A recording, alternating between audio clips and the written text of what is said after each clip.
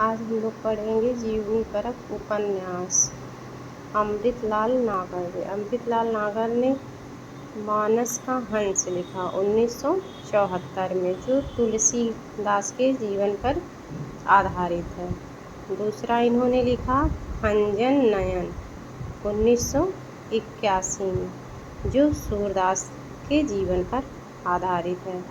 फिर रांगे राघव ने लिखा भारती का सपूत 1954 में, जो भारतेंदु के जीवन पर आधारित है और यह हिंदी का प्रथम जीवनी परक उपन्यास है। भारती का सपूत। फिर है रत्ना की बात 1957 में, ये तुलसी पर आधारित है, ये तुलसीदास पर आधारित है। फिर है लोई का ताना 1974 में, ये कबीरदास के जीवन पर आधारित है। फिर है मेरी भव आधार 1976, ये बिहारी के जीवन पर आधारित है। फिर है धूनी का धुआं 1978, जो गोरखनाथ के जीवन पर लिखा गया है। यशोधरा जीत गई, ये बुद्ध के जीवन पर लिखा गया है। यशोधरा जीत गई। फिर लिखा इन्होंने लक्ष्मा की आँखें, जो विद्यापति के जीवन पर आधारित हैं। अब एक बार हम फिर से देखते हैं।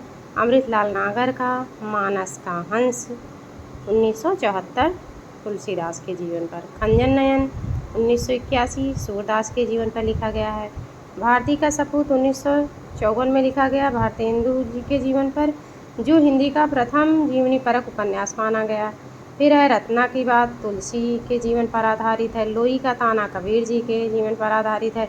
मेरी भव बाधा हरो 1976, ये बिहारी के जीवन पर आधारित है और ये बिहारी की पंक्ति भी है।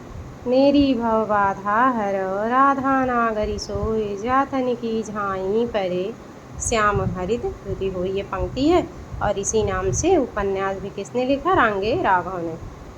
धूनी का धुआं है, जो गोरखनाथ के जीवन पर है। यशोधरा जीत गई, ये बुद्ध के जीवन पर आधारित है। लक्ष्मा की आँखें विद्यापति के जीवन पर आधारित है।